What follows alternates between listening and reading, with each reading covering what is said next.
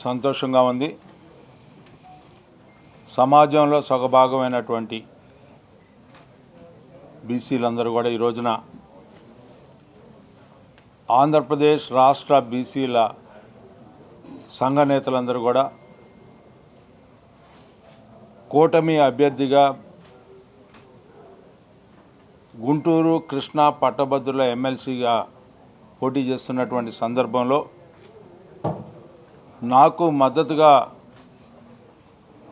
నన్ను గెలిపించే దాంట్లో భాగస్వాములు అవుతున్నందుకు వారందరికీ కూడా పేరు పేరున నా హృదయపూర్వకమైనటువంటి ధన్యవాదాలు తెలియజేసుకుంటా ఉన్నా. ఈరోజు ఈ కూటమి ప్రభుత్వాన్ని చారిత్రాత్మకమైనటువంటి తీర్పు ద్వారా గెలిపించినటువంటి నాయకత్వం మీది.